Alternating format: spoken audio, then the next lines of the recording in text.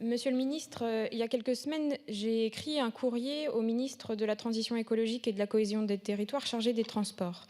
Resté pour l'instant sans réponse au sujet de la potentielle création d'une nouvelle section de ligne à grande vitesse Rennes-Redon dans le cadre du projet ferroviaire de liaison nouvelle Ouest-Bretagne-Pays de la Loire.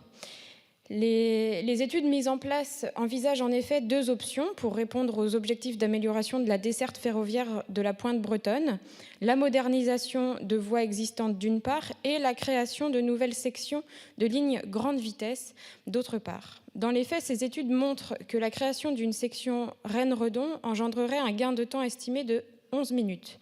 11 minutes qui auraient pour conséquence l'artificialisation de centaines d'hectares de terres agricoles sur le territoire sud d'Ille-et-Vilaine.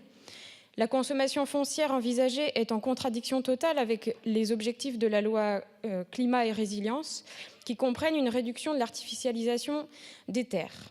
L'amélioration du réseau ferroviaire est un véritable enjeu, mais ne peut se faire en contradiction avec les préservations de la biodiversité et des terres agricoles.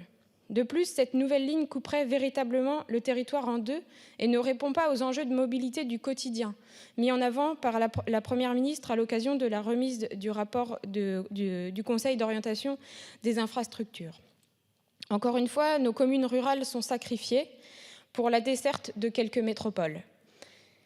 La LGV ne répond pas aux enjeux de développement de la mobilité collective en milieu rural et n'apporte aucune solution aux habitants privés de transport en commun dans leur commune.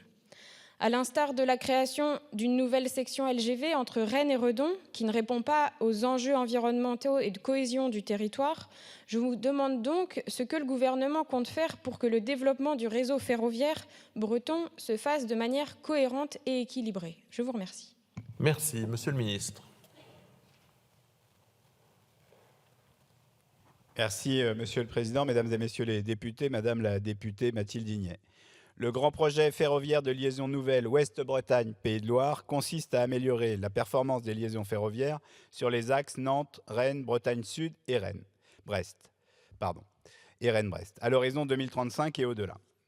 Sur le périmètre du projet, nos concitoyens effectuent une très large majorité de leurs déplacements, courtes comme longues distances, en voiture et une minorité par le train. L'objectif du projet est donc d'améliorer l'attractivité du mode ferroviaire par des gains capacitaires et en temps de trajet, afin notamment de répondre à l'enjeu d'améliorer et décarboner les mobilités du quotidien. Compte tenu notamment des enjeux environnementaux que vous évoquez relatifs à la consommation d'espaces agricoles, à la biodiversité et à l'objectif de lutte contre l'artificialisation, la priorité est bien de réaliser en premier lieu le traitement des nœuds ferroviaires autour de Rennes et Nantes, ainsi que la modernisation du réseau existant pour permettre des améliorations des dessertes sans attendre la création de lignes nouvelles. Néanmoins, sur le tronçon Rennes-Redon, la question de cette ligne nouvelle se posera inévitablement dans un second temps. Sur ce tronçon, les études menées antérieurement ont démontré que le tracé des voies existantes qui suivent la topographie de la vallée de la Vilaine ne permet pas de travaux de relèvement de vitesse apportant des gains de temps significatifs. C'est pourquoi le comité de pilotage du projet a souhaité retenir en janvier dernier le lancement d'études préliminaires des différents aménagements sur ce tronçon, y compris relatives à la section de ligne nouvelle que vous avez évoquée. Soyez assurés que ces études prendront en compte les enjeux environnementaux. Je vous remercie. Merci, Madame la députée. Je vous en prie. Vous savez, je rencontre chaque semaine des citoyens qui me font part des problématiques de mobilité. Et la seule réponse qu'on leur apporte aujourd'hui, c'est de regarder le train passer sans jamais s'arrêter.